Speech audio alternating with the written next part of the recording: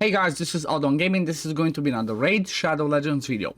We are on the free-to-play today and we managed to beat another Faction War 21, which leaves me with 2 more to go. And the one that I beat today was a little bit easier than I thought, but it was made a little bit easier because of the champion choices and the sets and all that. But that is the Demonspawn crypt. So let's just have the run play in the background while I explain the team, the champions, what I did and all that. So let's start this. So it's gonna move a little bit faster because this was like a 15-minute run, but honestly, I'm not gonna lie, the MVP of this fight was a combination of Umbral in trenches, which Umbral helps you a ton, even though she's not booked in this team.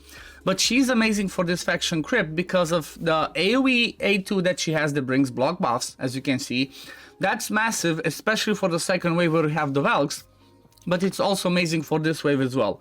Then after that, she has an A3, that's again an AoE with a chance to provoke everyone for 2 turns. However, that puts the block active skills on her. They cannot be cleansed, removed for 5 turns, so that's a little bit of a tricky thing, but because we have a reviver in this team, she can die, which means that block active skills is going to be removed. So she only has 80% chance though, keep in mind, if you don't have her booked. So she was doing her job pretty well, and in order to make her kit be even better for the faction wars, I built her in a stun set, okay? Because like I said, she has 2 AoE hits. Well, that's gonna give us a pretty decent chance to land those provokes out there and to be, you know, to just not the provokes, the stuns, the, you know, basically crowd control. Because for these waves that are they're not in all of the faction, but they're like most of the faction on stage 21, they're really hard to like instantly kill. I don't have the gear, I don't have the champion, so your best bet is having crowd control, such as stuns, provokes, sleeps, whatever just keeps them controlled. Then I had the Diabolist, which is a farmable rare, which is honestly, I think that champion is a little bit underrated even by myself, but she's not going to be somebody you're going to use in the end game, but she will be somebody that is going to be amazing just to deal with these waves. Like I remember seeing some videos of people actually beating this faction with 5 Diabolists, you know, some in stun set, some in sleep and all that, and it's all because Diabolist kit brings you the turn meter control, the increased speed, and basically stuff so that you can rotate through your abilities. So what I gave Diabolist was just speed and accuracy. I didn't steal all of my gear, but from my best champ, like I didn't make her be 300 plus speed and all that, so she still did her job. But I think she's like 260 speed around here, but you're gonna see at the end. This was something that was a little bit scary. See, the Valkyries got a turn and they hit us pretty hard. However, I did have some block buffs, I did kill the arrow and already, so my Door the Hunger survived, which was good because he's my reviver. As long as my reviver does not die and I can come back to my abilities, I am fine. So I managed to survive. Then Door did the revive for 2 people, and then I continued. And as you can see, I keep targeting. I try to target different people because I try to stun with Umbral, as you saw over there. At the same time, Door brings a stun or a chance to stun on the A1 as well. So I try to control to do those crowd control abilities split, you know, in between the champions. Again, you saw the provoke from Umbral, especially for this Valk wave, that's huge.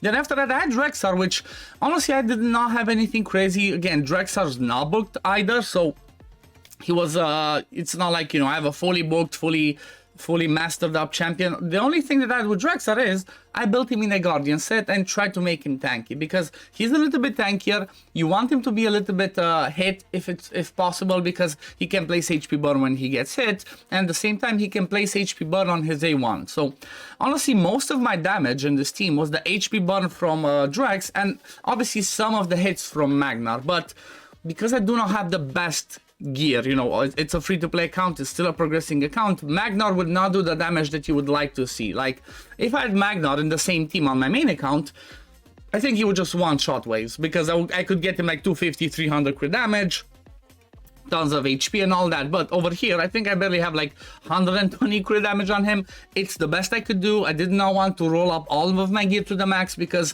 silver is short. That's the biggest problem for faction wars. because you want to try to level up as much gear as you can. If you want to swap gear between your champions, that costs a ton of silver as well, so that was a big problem, but I did manage to find the right combination. So Magna in this team, he's, like I said, he's mostly for damage, and he also has a chance to stun on his AoE too, if the target is under HP burn. If not, he does an extra hit, as you saw over here. So Magna can be used not just for smacking, because that's what we're used to. Like, that's what you see most content creators say. Like, yeah, Magna is one of the best HP burn, HP based nukers. He's gonna do some crazy damage for you. That's what you should build him for. Well, not necessarily. I brought him in this team, like I said, for the nukes, because as you can see, he can do some damage, but at the same time, on the waves, he has a chance, if there's HP burn placed either by Drexar, or you might have somebody else that does HP burn, such as Acoth, the Seer, which we get from the Doom Tower, which I had ready, and I was thinking, if this team would have not done it, I would have tried to bring Acoth in this team, and by having HP burn placed, like I said, Magna has a 50% chance to land the stun on his A2, and when it's fully booked, that skill is on a 3-turn cooldown, so that can be massive. Now, everything that I tried to do over here in this team is I tried to, first of all, kill the side ads, because these side ads heal for so much that it's insane. Just, if you're gonna watch, once they get a turn, you're gonna see some crazy damage. And look at the stun that I was talking about.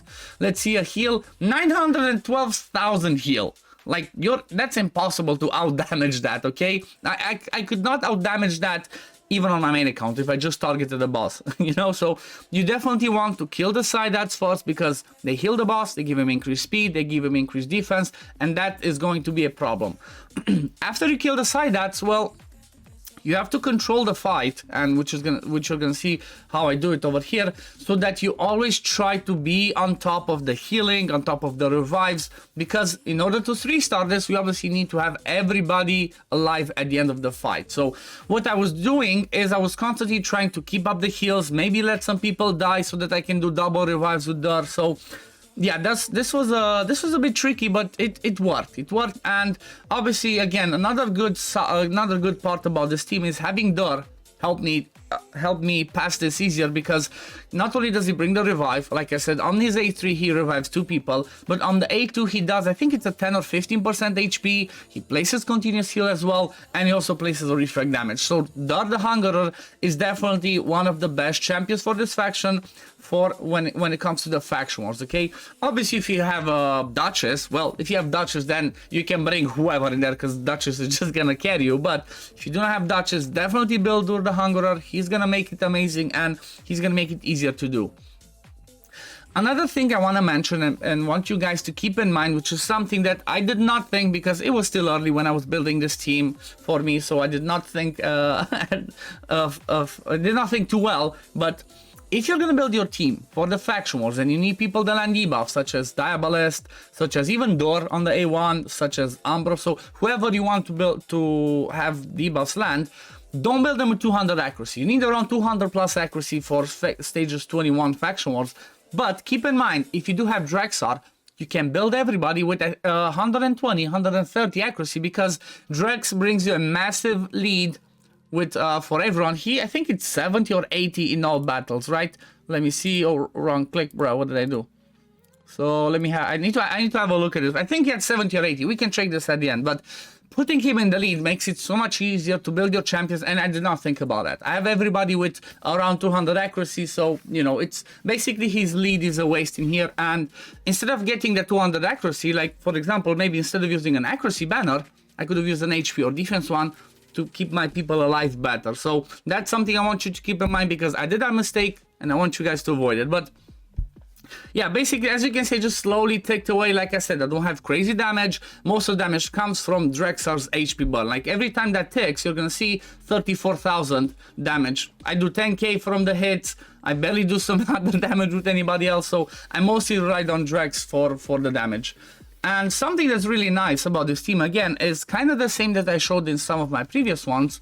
We have 2 free champions in the team, okay? Drexar, which is, you can acquire him after 100 days, 120 days, if you do the 3v3 arena, and if you buy his fragments from the 3v3 shop. And then there's the Diabolist, which you're gonna be getting 1,000,000 copies of, because you know what? The best place to farm in the game is 12 free brutal in campaign, and that's the place where Diabolist can drop. And I said, you know what, it's a free-to-play series, let me try it out, let me do some work with her, and I'm not gonna lie, she's just amazing. Diabolist is huge for this one. You only need to 3-star it once, so if you cannot do it as easily, just steal your best speed gear on your account, like maybe it's on your Arbiter, in my case it might be on Melisandre, and just put that on her so she rotates through her skills as often as possible, because like I said, she brings increased speed, she brings turn meter control where she boosts your turn meter, pushes back the enemy's turn meter, so she's massive for this faction war. She's definitely someone you do not want to ignore, especially if you're free to play and you want to take advantage of that.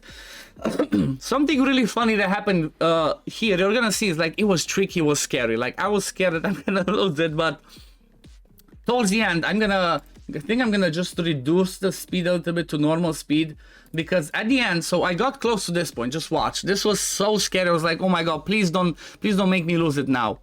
So the boss kills 2 of my people, okay? I do not have the revive yet, there's 2 lines. I was like, oh my god, no, I'm gonna kill it. I'm gonna kill it, I cannot come back to it because I'm gonna do too much damage with Drex and Magna. But luckily, I did not do that much damage, 5k damage over there.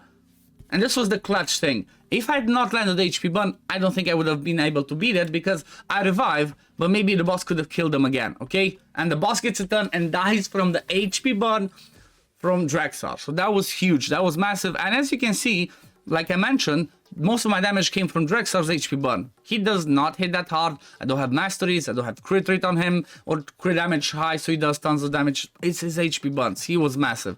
Then obviously second was Magna, the heals from Dodd, you can see in there, there's just a ton of healing, and then everybody just did their job. So let's have a quick look at the builds to see how things look. Let me see. Okay, so as I mentioned, I had Magna having damage build, lethal. He doesn't have a crazy ton of damage, like I said, under 15 crit damage, some HP, decent speed, and barely any accuracy, but with the lead from Drexar, that was enough. I have him booked on the A2 and the A3, have no masteries though. Then Drexar, again, no masteries, no books. He's in the Guardian set, like I mentioned, and he's pretty fast. Then I tried to mostly pump survivability. Again, I could have ignored some of this accuracy because he brings a lead of 17 all battle, so if I would have gotten him with 130 accuracy, that would have been more than enough. Yeah, he was massive in there. Then I have Dar the Hungerer. I built Dar, something I did not mention, but this is something that could be really helpful for you. So I built Dar the Hungerer in a regen set. You want him to stay alive. I built him decently fast. Then I gave him some accuracy. I could lower this accuracy to, like I said, 130. But then I gave him resist. The reason for that is you can resist the boss's A2 and A3 skill, okay? On the A2, he attacks 2 champions at random and provokes them for 2 turns, as you've seen, like most of the time they were provoked. And then on his second skill, so on his first active skill, he does an AoE hit with True Fear on everybody for 2 turns. You saw that my Dwarf never got a True Fear. Well, it's because I built him with resist. So keep that in mind. Going the resistance route could be an idea. Maybe you can get everybody with 300 resist by having, I don't know, maybe have somebody with a lead and just build everybody with 200 to 50. Or you can get everybody 300 resist, because if you're going to use Drexar's lead, it's going to be easier. However, you don't need everybody to have that, okay? Like I showed you, just have your reviver, have the resist, and you're good to go. And yeah, Dur definitely helped me a ton with that. He is booked on the A2 and the A3. And another thing that's awesome about him, he barely takes any books, like 8 books in total. So you definitely want to book Dur the Hungerer for your faction wars if you can afford the books, and you should. But no masteries on him. Then Umbral Enchantress, like I said, she's in a stun set plus perception. Decently fast, then some survivability and accuracy. You don't want maybe Umbral to be the fastest, like you don't want her to be 250, 300. That could help. However, you have to keep in mind that if she does the provoke and then she gets stunned and they start hitting her and she's not tanky enough, she's just gonna die. So I was gonna build her really fast, but then I realized, you know what? I want her to do the A2 first, play some block buffs, then do the provoke and then let them be hit. And especially against the Valkyries, because she puts that unkillable on herself, that makes it so much easier for her not to get turns, because every time Valkyries attack with the A1, they push back her turn meter. So maybe getting resist on her might not be a good idea. So keep that in mind. But she definitely did the job just fine with these stats. Again, no books, no masters for her. And then the rare of the team, which, like, it kind of seems like most of my recent ones either had a rare or uncommon or a couple of rares. But you know what? if they're good for faction wars, use them. Use them. So that's the Diabolist. I have a 264 speed, 219 accuracy, and barely any survivability because she's a rare, she's a bit squishy. Could have 6-star her, but she did her job just fine at 5-star. She's fully booked from the copies that I got of herself. So this one's a 4-turn cooldown, turn meter control skill. This one's a 3-turn increase speed skill. Like, you could even get her in a stun set, maybe, if you need extra help for crowd control, because she's gonna rotate through this one pretty fast. 3-turn AoE, that's pretty good. Also has a sleep on the A1, so Diabolist is definitely amazing for faction wars. But yeah, this is gonna be for the video today, guys. I managed to beat another one. I managed to beat the Demonspawn faction wars. We're creeping in on Lydia. We're what's that, 40 away. I still need to do 2 more factions, which I think those are going to be a little bit the hardest, especially the Shadowkin. And those are the Shadowkin Crypt and the Sylvan Watchers. As soon as I beat these ones, I'm going to think of a way of giving away this account, because I'm not going to have the time to play it anymore, unfortunately. I have some other stuff planned for the future. You know, the missus is currently pregnant, for those of you that do not know. So, you know, trying to have more free time or spare time for her to help her around and preparing for babies and all that good stuff. But yeah, tomorrow I'm going to push a little bit for these ones, but I cannot finish them because I will not have enough silver keys. However, I'm expecting in a week and a half to be done with these, and I'm definitely gonna blast everything in these ones. If I have to 6-star everyone in order to do it, I'm going to do it, because you know what, it's the end of the line and I want to get this finished, like I said, as soon as possible. And hopefully maybe I get this finished before I get Gurash, so that's under 2 weeks. Yeah, so I'm gonna finish this before I get Gurash. But yeah, this was pretty fun. This was a bit easier than the Undead one, I'm not gonna lie. And yeah, it's gonna be interesting. It's gonna be interesting once I finish it. I did not release the video yet for my Dark Elves one. I forgot about that one, but I'm gonna release the video of this one, I think on Sunday when that crypt is open. Maybe it's gonna give you guys some ideas, so it might help you out. So I'd rather try and release it on the day that it's open. But yeah, this is gonna be it for the video today, guys. As always, if you do enjoy my content, don't forget to like this video, subscribe to the channel to see when I upload next, and I'm gonna see you on the next one. Peace, love, take care, everyone. Bye, guys.